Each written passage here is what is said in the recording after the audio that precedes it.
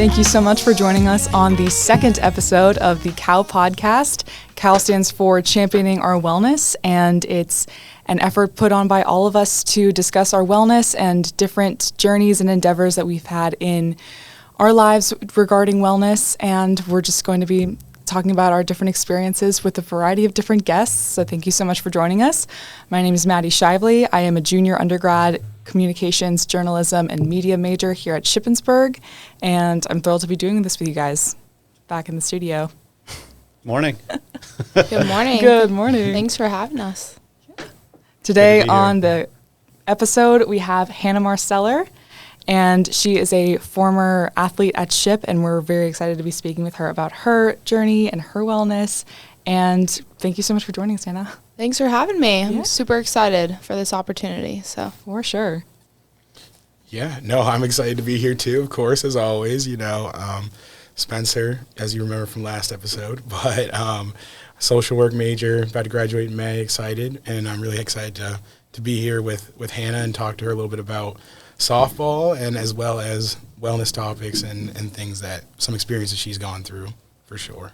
And Kurt, with the alcohol and other drug and wellness programs here at SHIP, connected to athletics as well, and just expanding the cow, growing the cow, turning it from a calf to a cow, to a Holstein. So as Maddie said, championing our wellness, it's an endeavor between the RAC and the wellness program to have important conversations about wellness. And I know you were a fantastic student athlete here at SHIP, grew in a lot of ways, impacted a lot of your teammates in the community, and I'm excited to have the conversation. So, yeah, let's get it started. Yeah. So honestly, we just kind of introduced you a little bit, but I think maybe you can go ahead and introduce yourself, tell us who you are and what you do. Yeah. So my name's Hannah Marsteller, nickname Mars. Everyone in the athletic department refers to me as Mars. So if you guys want to call me by that today, that's totally fine. But I did my undergrad here. I got my degree in biology, and then I got a master's degree in biology.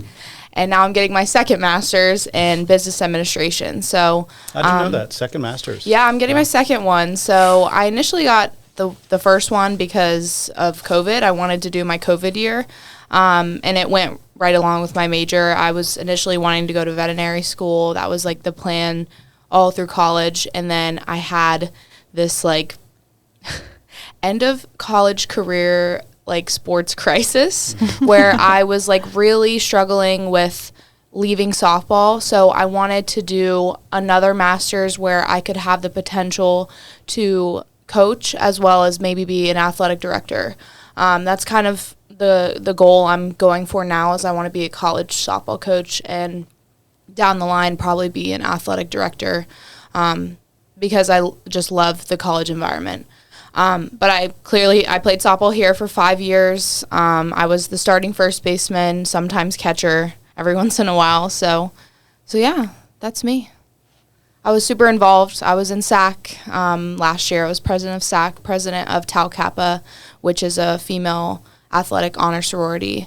So And SAC is the Student Athletic Advisory Committee. Okay. So it's essentially a group of student athletes. Two representatives from each team will come together and we'll talk about various topics regarding the athletic community on campus as well as nationally too. So yeah, it was really cool to be a part of. So yeah, but that's pretty much me. So. Yeah. My jaw is on the floor. Second master's is incredible. That's a lot under your belt. I know.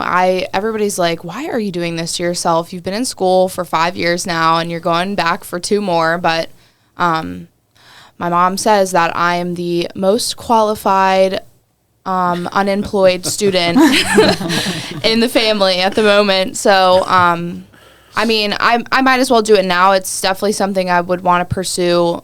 And I figured, why not now? You know, like I'm young. I'm not super eager to start working yet. So, and I still get the opportunity to also help out with the softball team and I'm technically an assistant coach, volunteer pretty much, but I'm there full time. So just to get that experience, because it is something I want to do. So why not just go to school too? So yeah. So yeah. So Yeah. your heart's still at SHIP with like coaching and things like that. Is there something specific about SHIP softball that makes you kind of want to stay and hang around? Yeah, I don't know. I just had like the most amazing experience here. Like it definitely was not easy. I went through a lot of hardships, and we're talking about the topic of mental health. That was a huge struggle for me throughout my career, but I had an amazing experience. I come from a pretty large area with a lot of people, and coming here and being a part of a community that's a lot smaller is great to me because I can know everybody. I was able to get to know my professors, create these relationships with them, but also I was immediately thrown into an amazing community where you're forced pretty much to get along with the people that you're a part of the team, but they ultimately became my best friends. And there was a reason why I stayed my 5th year. I could have, called it quits after my senior year or even transferred somewhere else, but I didn't want to restart somewhere else because of like this place generally feels like home to me. Like this place was meant for me. So yeah. Yeah, I feel like I have come to have a similar appreciation for Shippensburg just in general because honestly, came here freshman year, and then I wanted to move closer to Pennsylvania where my parents were because I'm originally from Maine. And once I got down here, they actually ended up moving away within the first couple of years of me being here. So I was like, okay, I'm kind of alone now. So I've had to lean into the Shippensburg community a ton, and the school, my friends, the professors, all the people, the great people I've met. Even still this semester, I'm like, oh wow, I'm still growing and changing, and I really enjoy being around here. And I think the community kind of just pulls you back in for sure. Yeah, it's a very at home feeling. Everyone's very tight knit here, and you meet someone once, you see them all the time after that. So it's not like you're they're completely across campus. You'll see them all the time. I last year saw Kurt a lot. Just walking to my classes. So it was really cool to just encounter those people that you meet across the way in different departments around here. So yeah, I've often said, if I'm trying to reach somebody via phone or email, sometimes it's hard. I'll literally just walk across campus and I see them. I'm like, hey, I've been trying to reach you. Because it gives me a reason to walk across campus more, just to try to connect with people. Yeah. Get the steps in. Yeah, for sure. It's funny you mentioned coming to kind of a smaller place, given that you grew up in a place that was more kind of urban, suburban, more populated, and ending up here at SHIP, because part of the conversation about the Cal podcast was kind of embracing the fact that we live in a kind of a rural area. There's literally cow farms around us. Not much to do either. From the football, track, baseball area, you can literally see cows beside our campus. So we're kind of embracing it. So how was that for you, kind of coming from a place where a lot of amenities, restaurants, probably different schools, universities, access to cultural things, and you came to SHIP? And was it a kind of a shock at first, or did you kind of know what you were getting into? I feel like it wasn't as much of a shock. So the area I come from in Fredericksburg, Virginia, is a mix between rural and suburban. So I'm right outside of DC and Richmond. So it's overpopulated because everybody that works there, they live there because it's cheaper to live there. So there's a ton of people. I also came from a high school that had, 2,000 kids in it. So that's just maybe 2,000, 3,000 less than what's here. So it was very much I was like, wow, this is, everybody knew each other in our area, but it was still diverse, and there was still a ton of people there where you weren't running into everyone you knew. So that was one of the things around here, is that everybody knew you, especially being a part of an athletic team. You're immediately known by almost all of the other athletic teams on campus and the department, because they recognize you, they talk to you, they meet you, and then they know that you're on that team. So I wouldn't say it was such a big change. I feel like I adapted really well, and I kind of just took advantage of what was around me, more so what to do socially.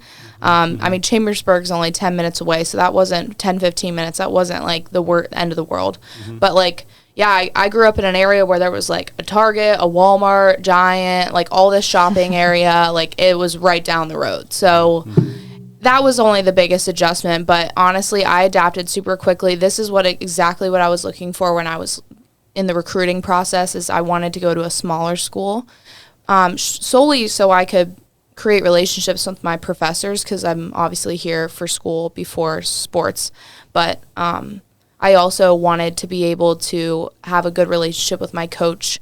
And I also think that's what's so great about Division II is that you have that freedom to be academically and athletically successful.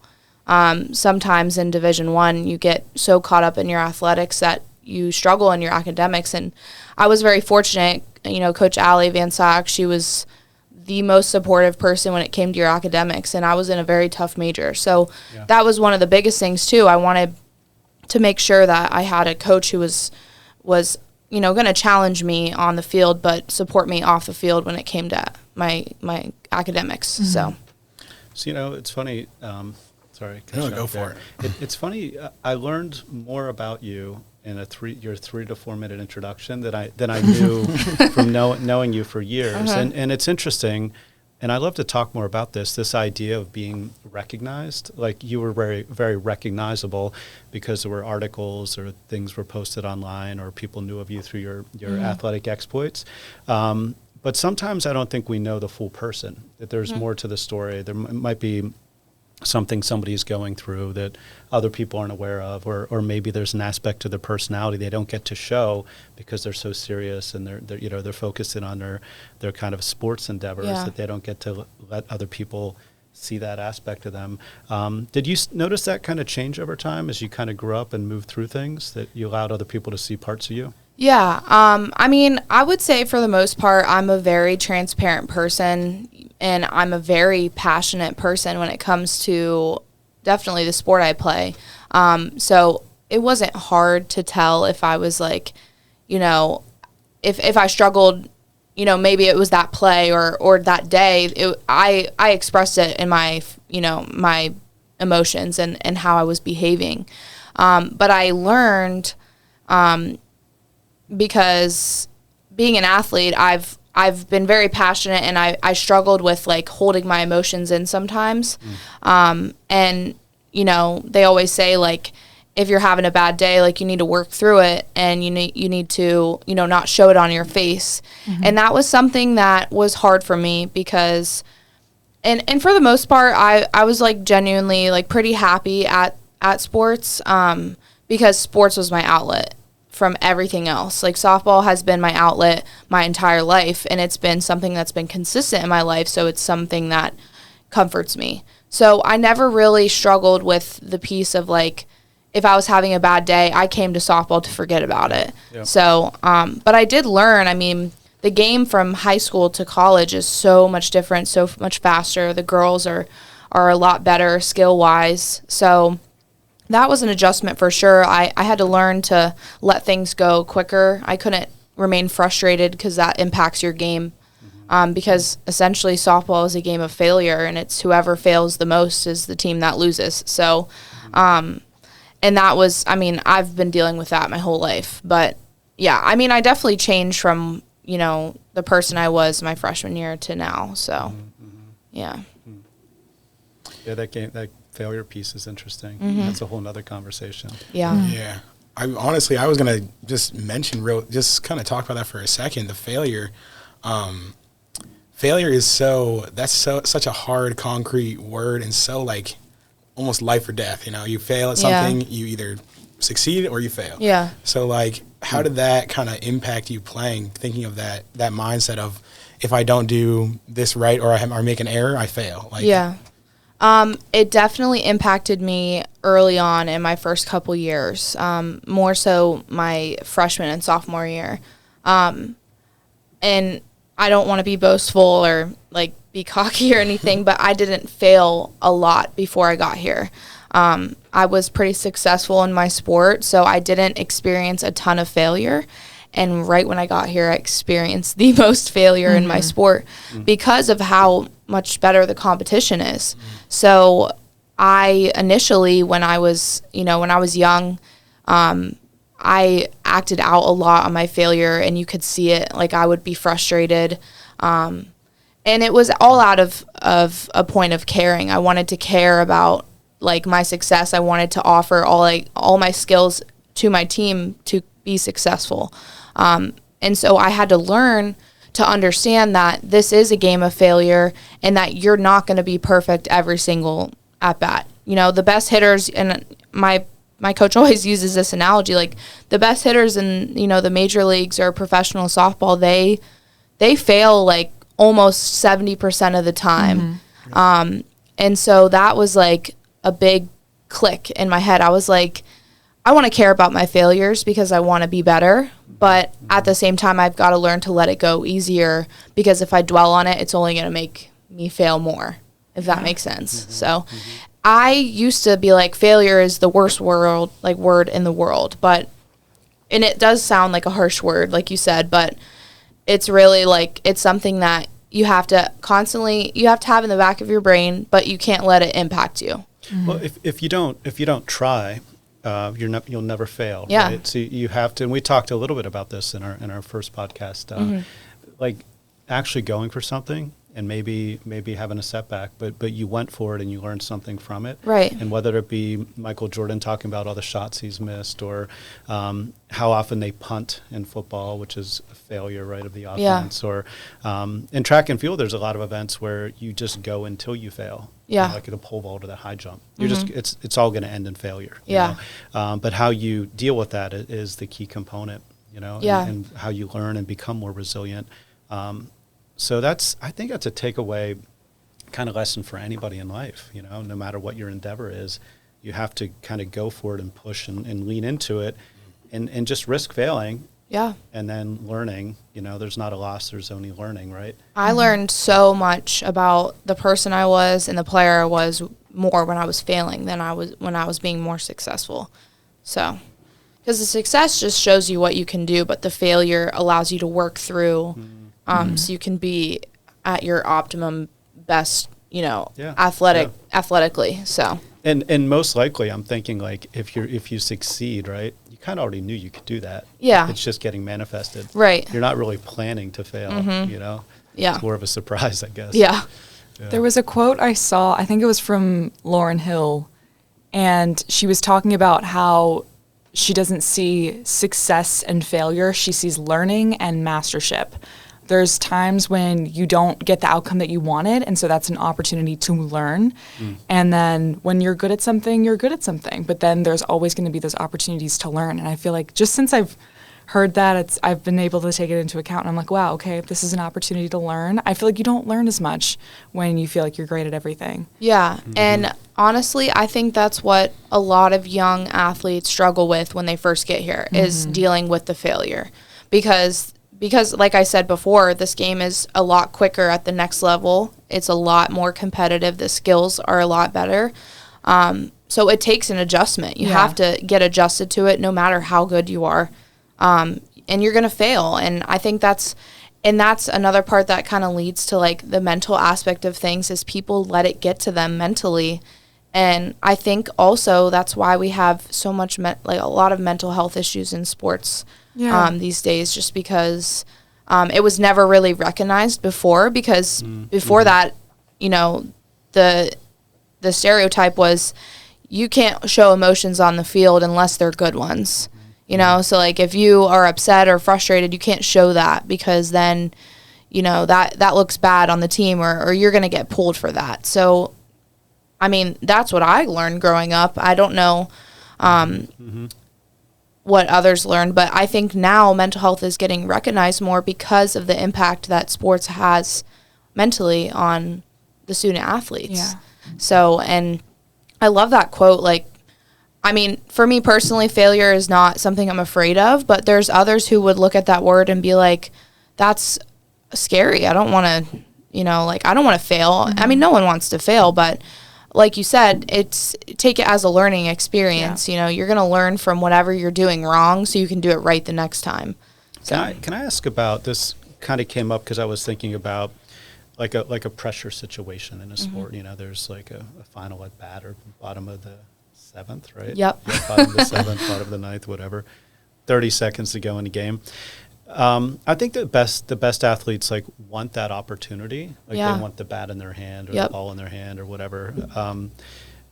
Did you find that was true for you? And was it true your whole career? Or did confidence go up and down? And how was that for you? If there was a pressure moment, did you lean into it? Did you love it? Yeah, I would say my final 2 years, I really leaned into the pressure situations.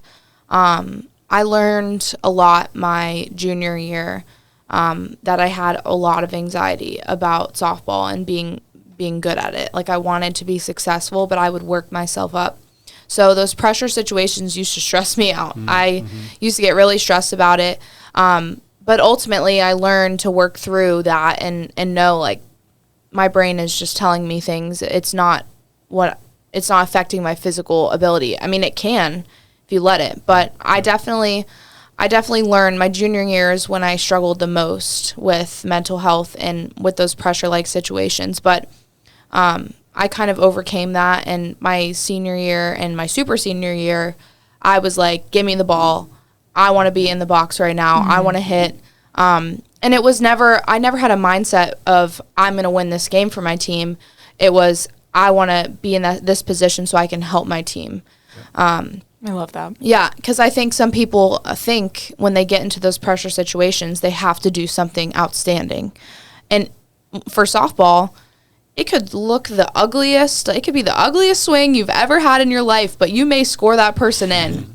Doesn't matter. Yep.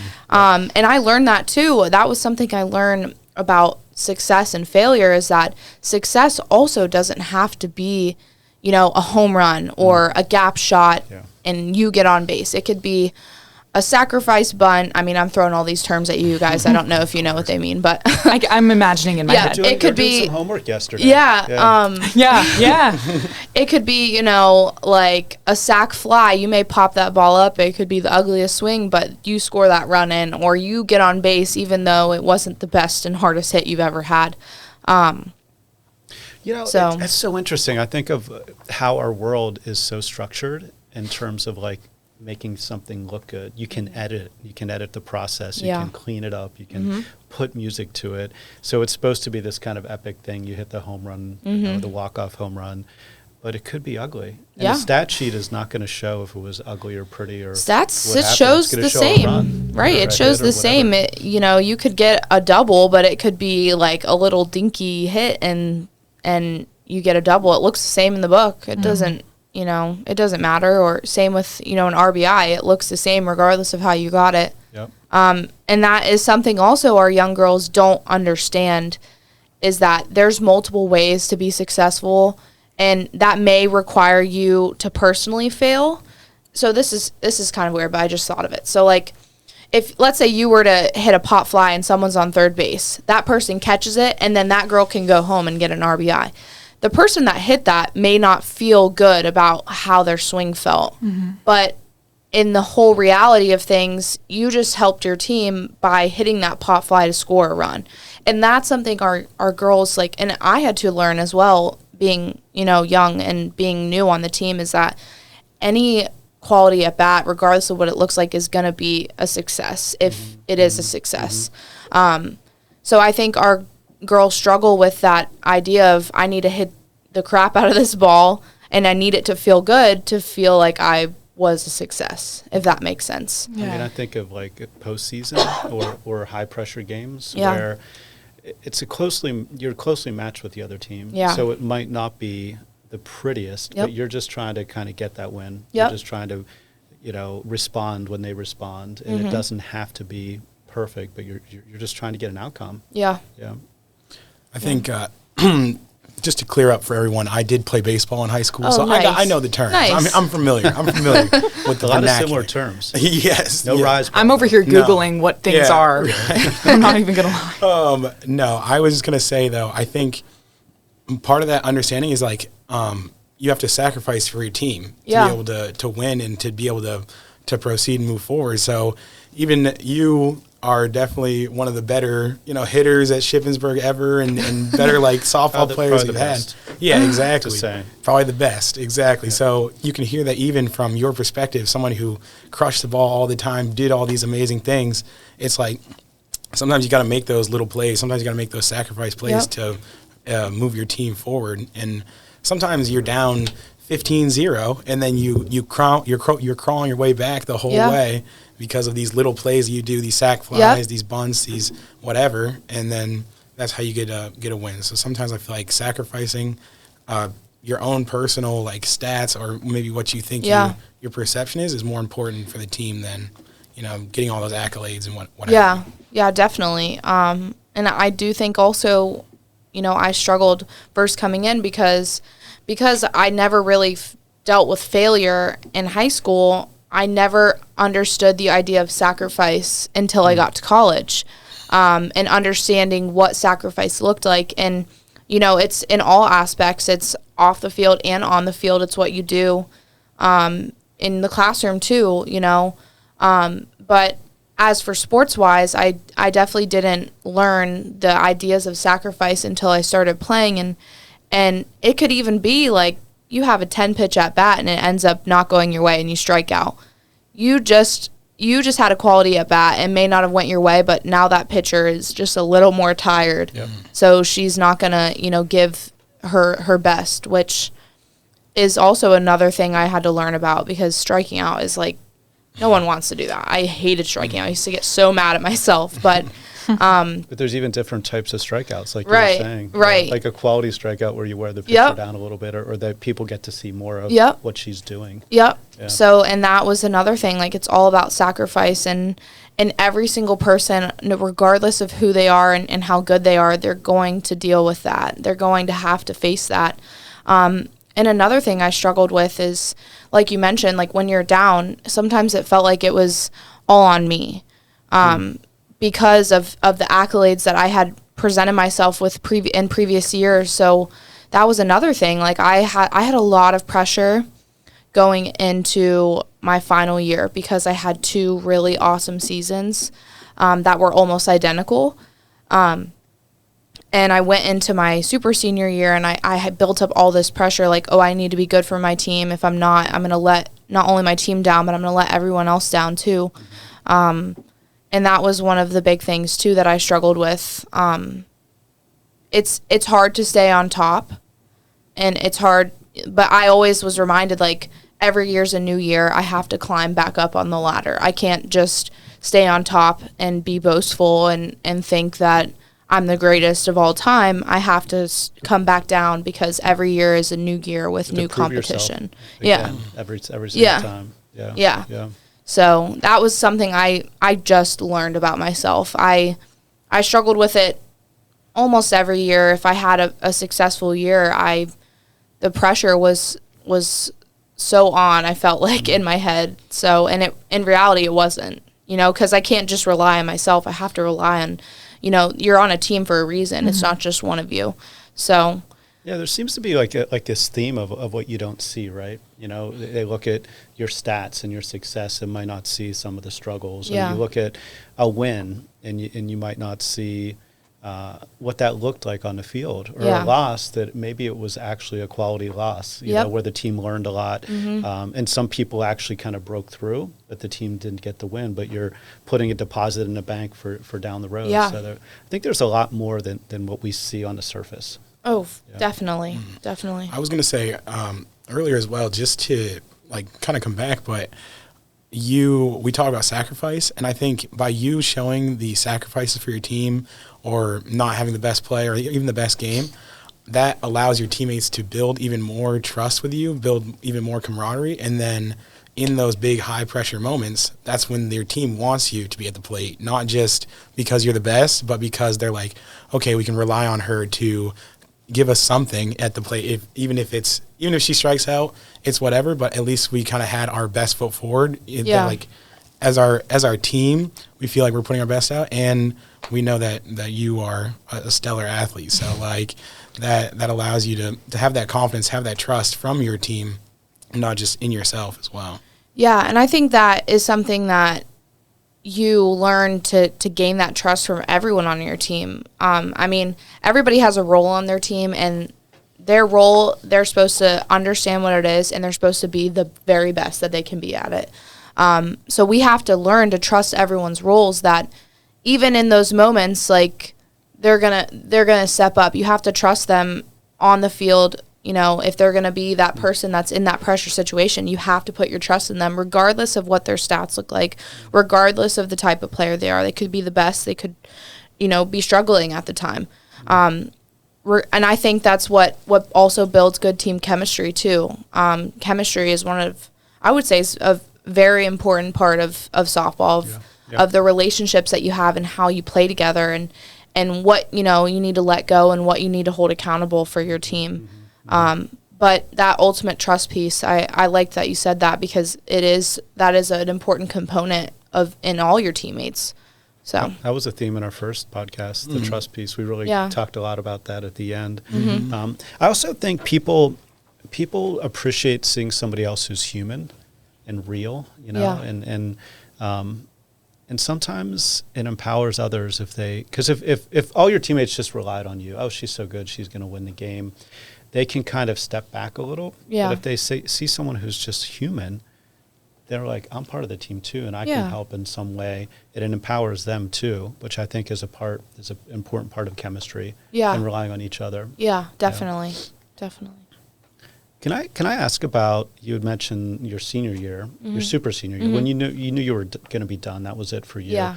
How was it for you to manage the playing piece, performing on the field, doing your best in the classroom, et cetera, but also thinking like, hey, this is it for me with softball. Like, this is going to the end of the road for me. Yeah. Something you've done since you were, 5?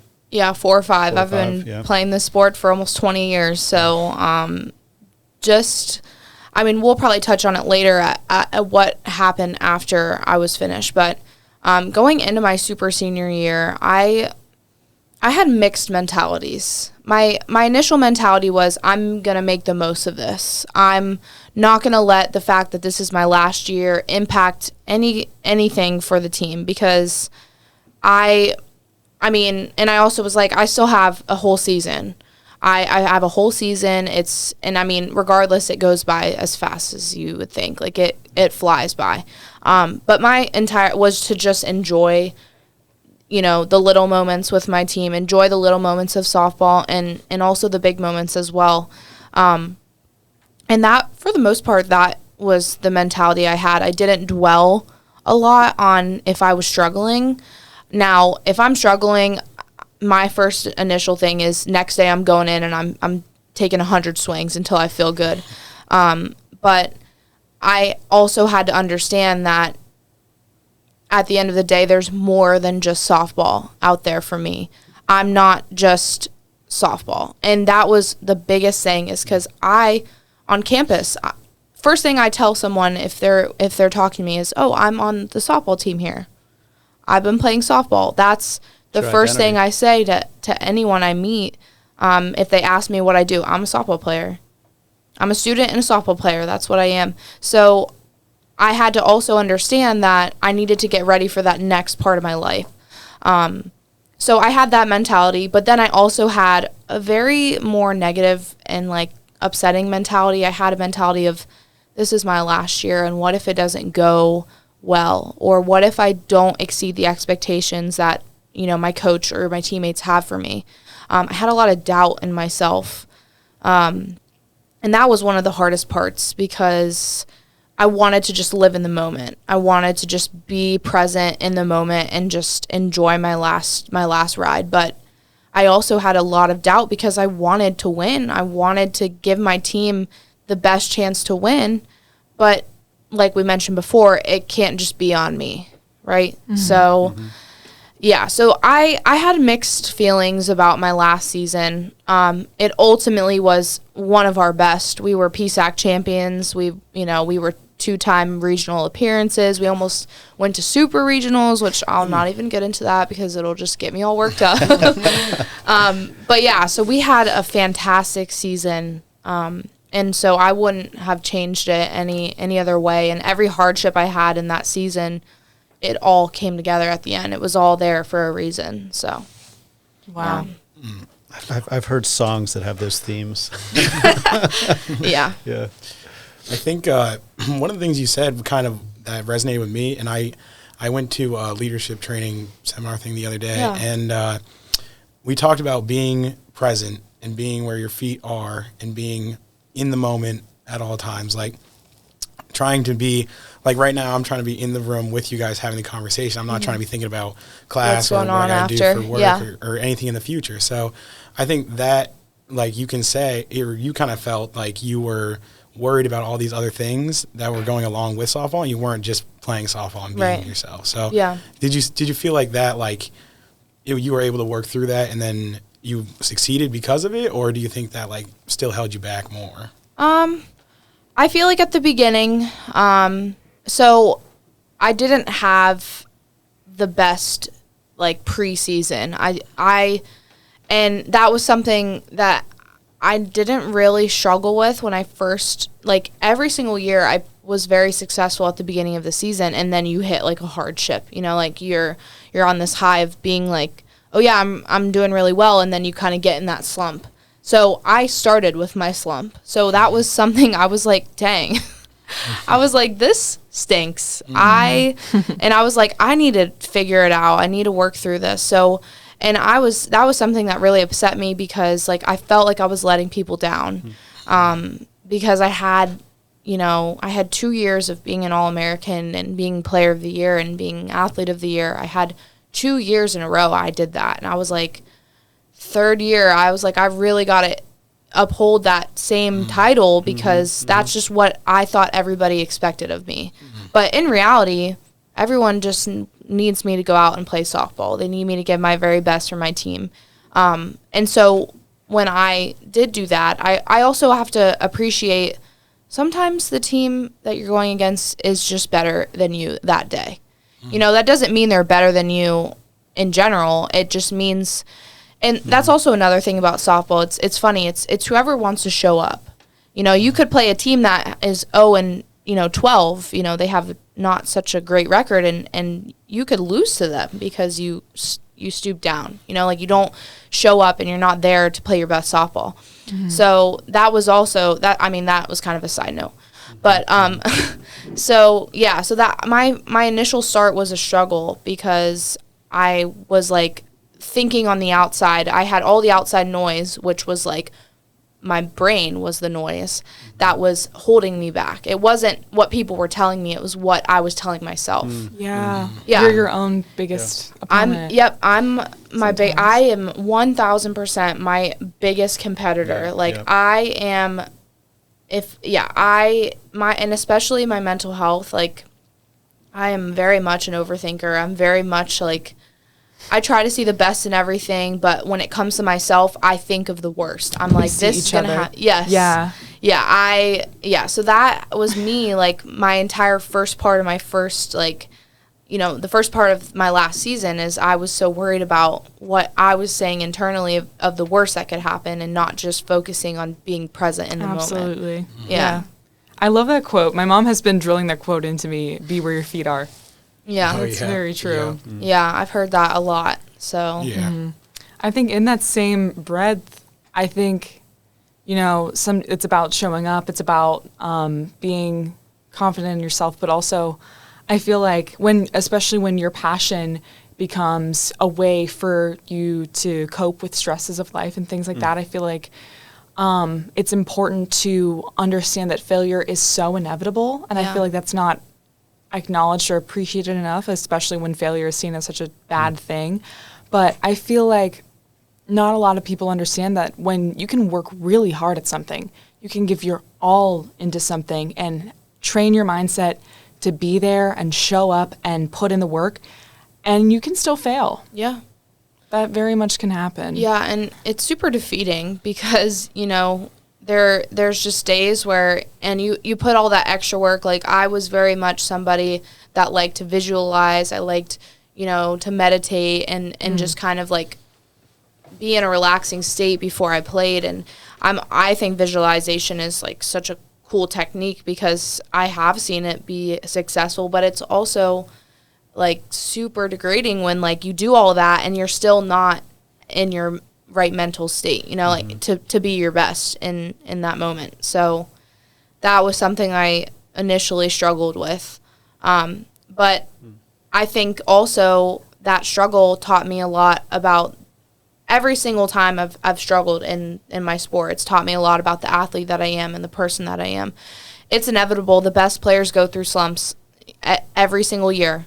Every year, you know, you'll look at any of the top best hitters, you know, major leagues, Division I, whatever you want to look at, they go through slumps. And it's how that player works out of that slump. You fail a lot. And I mean, in sports, like, teams almost never go undefeated. To go undefeated is just, it's just not going to happen. I don't think any softball team in the United States mean, you goes look into at the season thinking we're not going to lose again. Yeah, look at Oklahoma University. They are the best softball team in the nation, and they didn't go undefeated. Like, they lost one game. Now, that is phenomenal. That's still a phenomenal. Yeah, like, you look at that and you're like, wow, they only lost one game out of, like, 45 games. But still, they didn't go undefeated. They had a loss. And they're not guaranteed to win the championship either. There's No. high likelihood, but yeah. that's why you play the tournament. Right. Yeah. Yeah. So in like a team sport like softball, like you compete against another team, but there's some sports like swimming or track and field that It's more I mean, individual. you'll compete against other individuals, but there's also a time or a distance. So like when I'm coaching, I'm thinking like, okay, you're thinking about did you win, but you're also thinking about did you perform your personal best? You're ultimately at the end of the day, the competition is always between you and yourself. It's never like in reality, like realistically, you're competing against another team, but like you mentioned, like you're more worried about at the end of the day, did you perform at your very best?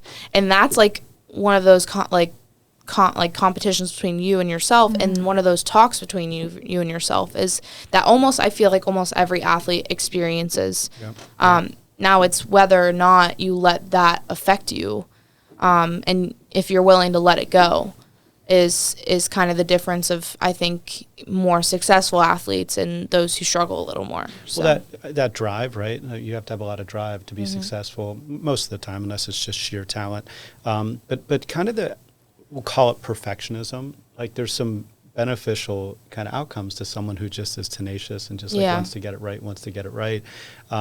But you never know. I feel like you can never know if you totally get it right. Yeah. Because you're always like, if you're a little perfectionistic, which again has good outcomes sometimes, like, oh, I can make this one little tweak, or I can do this just a little bit better. Yeah. You know, I was 4 for 5. I feel like I could have been 5 for 5, you know? Yeah.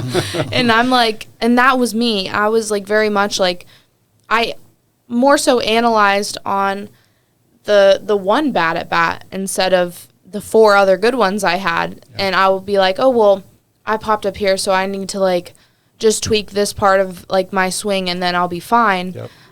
Instead of celebrating the fact that I hit, 800, 900, like I was like on base almost every single time.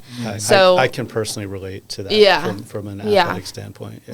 Yeah, I was very much the same way. So, and I think also that goes with, it doesn't have to be just an athlete who experiences something like that too. Of course. It could be in your job or in your friendships or your relationships. Like, it could be in any aspect of life. So I think the brain's wired to see like outliers, right? So it's not necessarily wired to see the 4. It's wired to see the 1, which is the outlier. Yep. And it perseverates on that and just focuses on that. Again, sometimes beneficial things come from it, but it can be a painful journey sometimes. Yeah, definitely.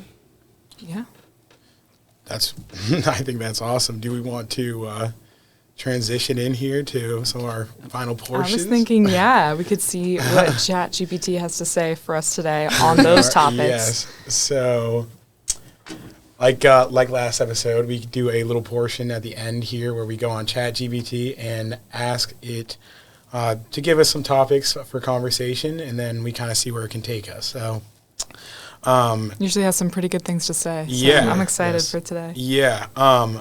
One that I had looked up previously that I think is a really good one was what was the hardest pitch to hit in softball, and it came up as the rise ball. Now, can you maybe speak a little bit on that from somebody who does not who played baseball Yeah. does not understand rise ball. Yeah. I will say that is one of the hardest pitches, and it is one of the most fooled. Like, people get fooled on the rise ball because it looks really good coming in, and then at the last second it goes up on you. And you're like, your barrel is right underneath that ball, and you're like, what the heck? It looks so good. Why am I not making contact? And this, I'll kind of like go a little deeper into this.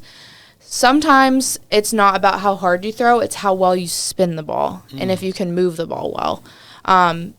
Pitchers that have good movement ultimately are more successful than those who just throw hard, because anyone can end up catching up to somebody who throws hard. Now, the ideal pitcher would be someone who throws really hard and has spin.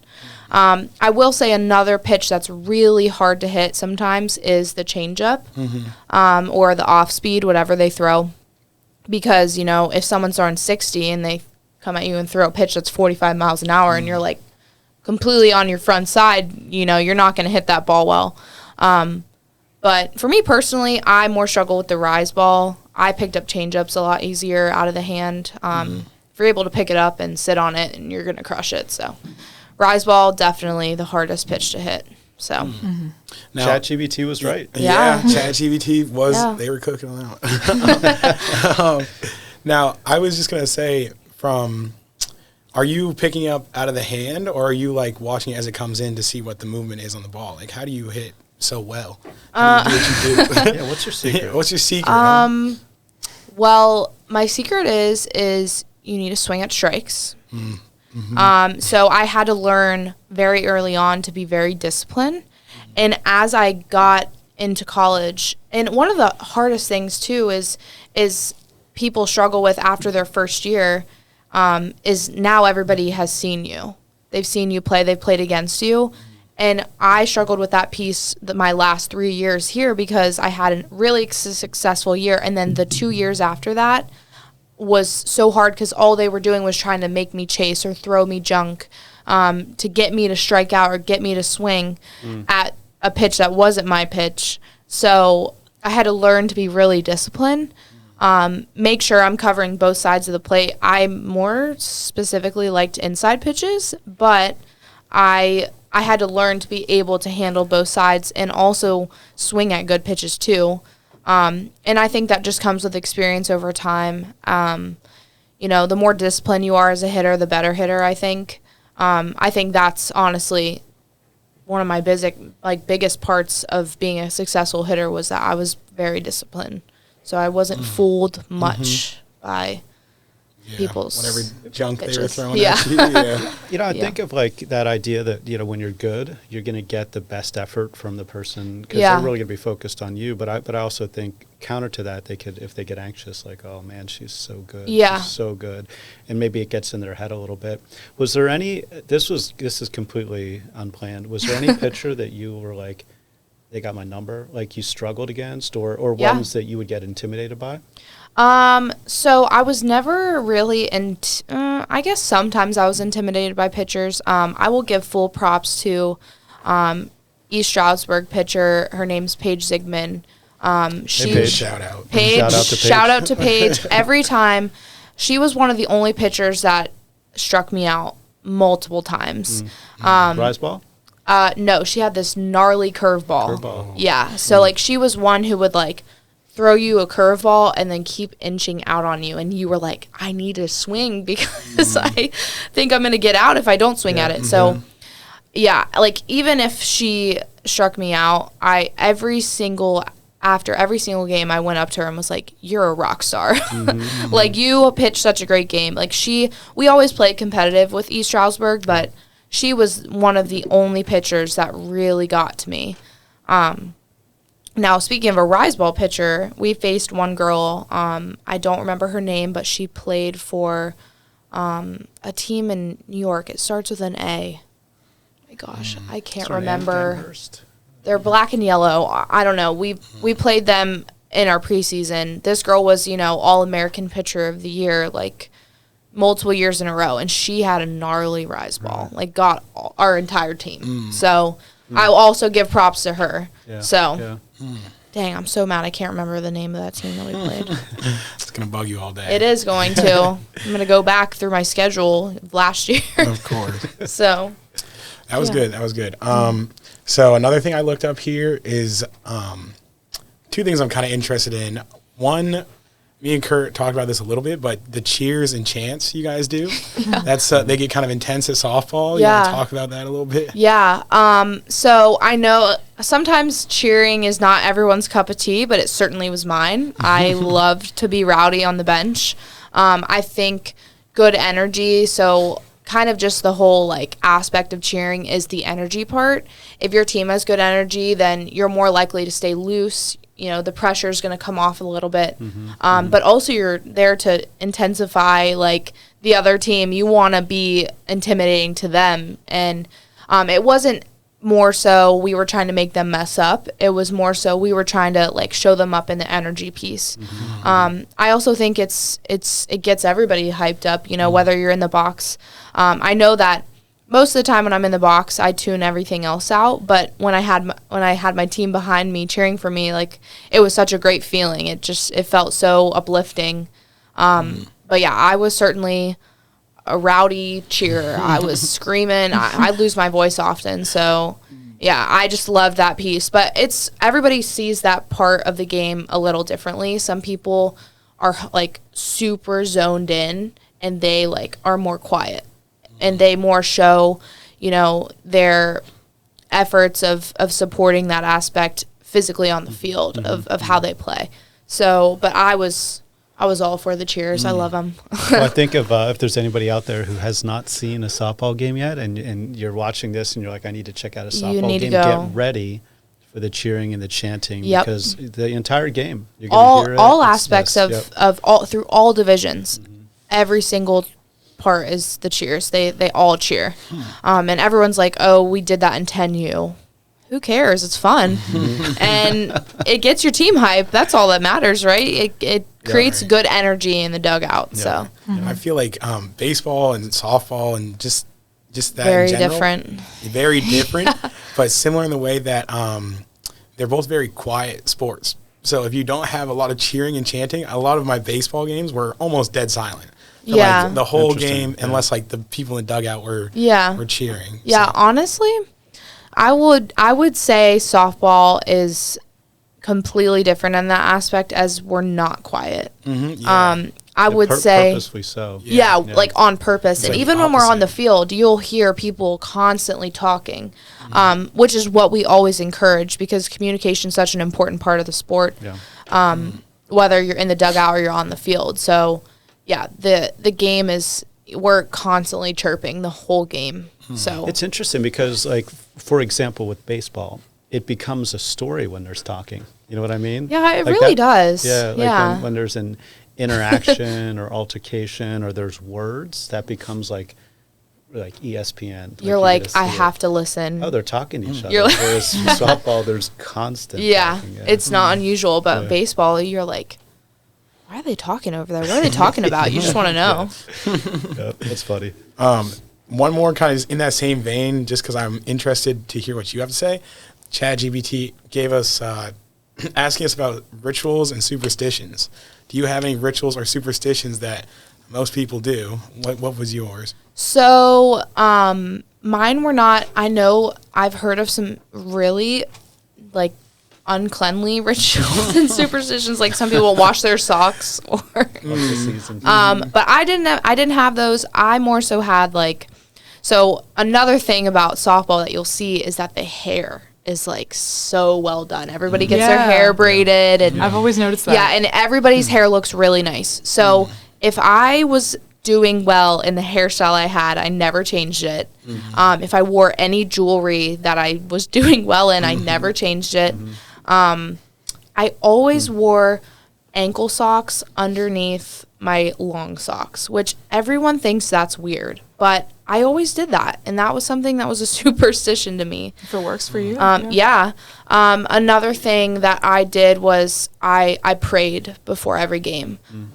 So, I mean, just to put that out there, I wouldn't be in this game if it weren't for Jesus Christ and the Lord. So that's how I feel about it, and that's my viewpoint on it. But I prayed before every single game, whether it was by myself or with my parents.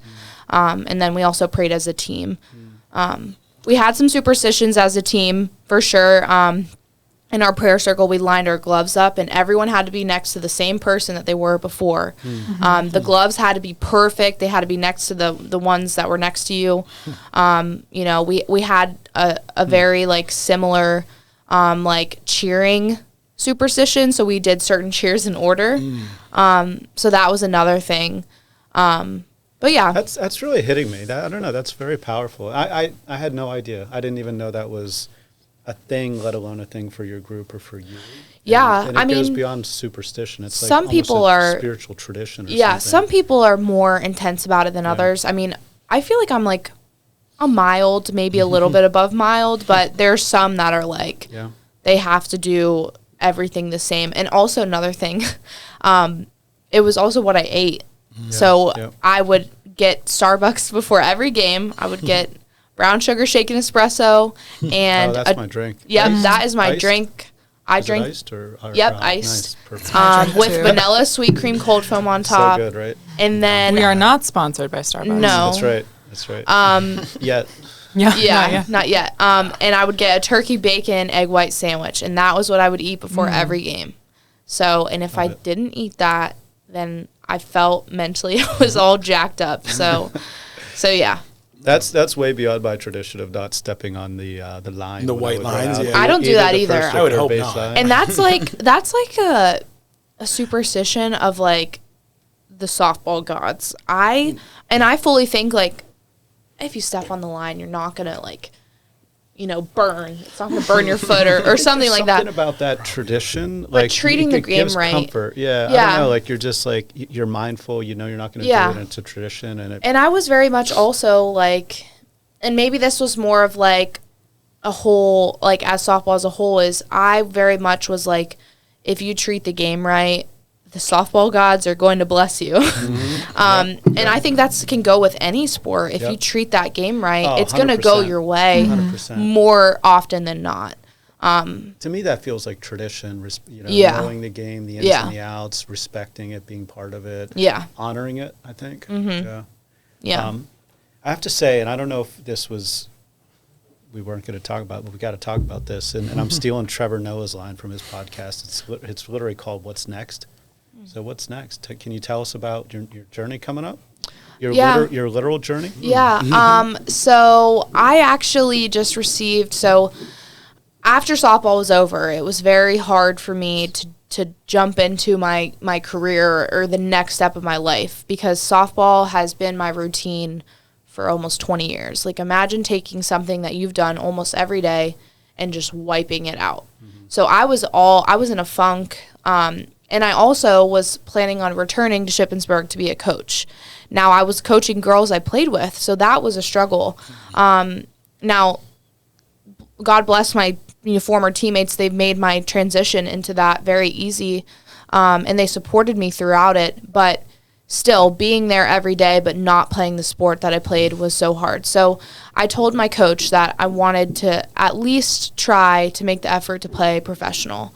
Now, there's not many professional teams in the U.S. There's a league called AU, Athletic Unlimited, I think, or Athletes Unlimited, and they just created a softball league, but it's only for, like a month and a half in the summer. And then there's a couple leagues as well, but there's a lot of international leagues. So I told my coach I wanted to do that, and I wanted to at least make an effort to pursue it because I knew if I didn't try, I was going to regret it. So very thankfully, I received an opportunity to play professional in Italy, which I'm actually Wow. Yeah, so Not a lot of people know this yet. yeah, no, it hasn't been presented to the public yet. Hopefully, Bill, Sports Cal Info. exclusive. Yeah, Cal exclusive. Yeah. Look at us. Yeah, I think Bill Morgul is planning on putting it out sometime, but yeah, I've only really told my team, my close friends and family. So, so I actually leave on Saturday. So I am like Wow. getting ready to go over there. I'll be over there from March until probably the end of August. So it's going to be a really long experience, but why not do this right now when I'm not tied down to like a job or anything like that? And I have full support from my team, my previous team and the girls I coach now and, my family. I know that if I don't do this now, looking back on it, I'm going to be like, why the heck didn't I do it? So I'm super excited. I've never seen the world before. I've never been out of the country. So this is going to be a lot of firsts for me, but I'm just super excited to receive this opportunity. So that is really exciting. Yeah. That's incredible. Yeah, thank you. Yeah. So The learning is going to continue. yeah. That's this whole growth journey. Yep. Yep. Yep, my expectations are a little different now because now I'm solely playing for fun. Yeah. I mean, softball's always been fun to me, but I obviously will always have a winner's mentality. That's just who I am. But Yep. right now, like I'm playing for fun, and I'm I'm also going over there so I can experience new cultures and see different parts of the world that I probably wouldn't get this opportunity in a couple years if I didn't do it now. So. We are always a Raider. Yep, This is always. your Yeah. home. Yep, I'll be back. You'll be I'm back. coming back in the Yep. fall, so I'm Yep. still here. This will be going on 7 years in the fall. Yep. I'll be here doing school. I came so. here, never left. So Yeah, no, I feel like that's gonna be me. For sure. That might be me because I just love this place so much. Yeah. So Yeah. Nice. I think at the end of every episode, we got to get a little. This is shout out to my mom because she was like, "Oh, you got to do it." Can you give us a moo for the Cow podcast? of course. So do I just Just give me a moo. That was a good one. That was awesome. That was awesome. That was a good one. I think Everyone that- has to give their own signature. Signature at the end. moo at the end. Yeah. so I that just we had know. Hannah Musteller. I have to embrace the cows that are around us. So Yeah. 100%. Try and focus on The that. culture. Championing our wellness. Yep. The cows.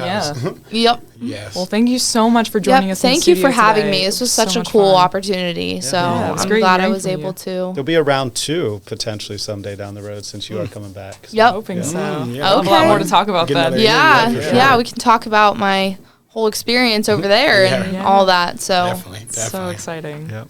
yeah. All the best. Well, awesome. Thank you guys. Yeah, Yeah. thank you so much. Thanks for joining us on Yep. the second episode of the Cow Podcast, and we'll see you guys back in the studio soon.